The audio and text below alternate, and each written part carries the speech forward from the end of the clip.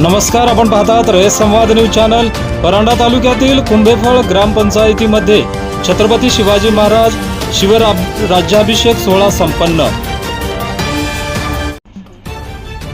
धाराशिव जिल्ह्यातील परांडा तालुक्यातील कुंभेफळ ग्रामपंचायत येथे छत्रपती शिवाजी महाराज यांचा शिवराज्याभिषेक सोहळा साजरा करण्यात आला।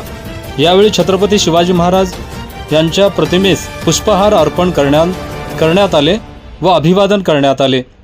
या सोहळ्याचे औचित्य साधून आयुष्यमान भारत कार्डचे वाटप करण्यात आले।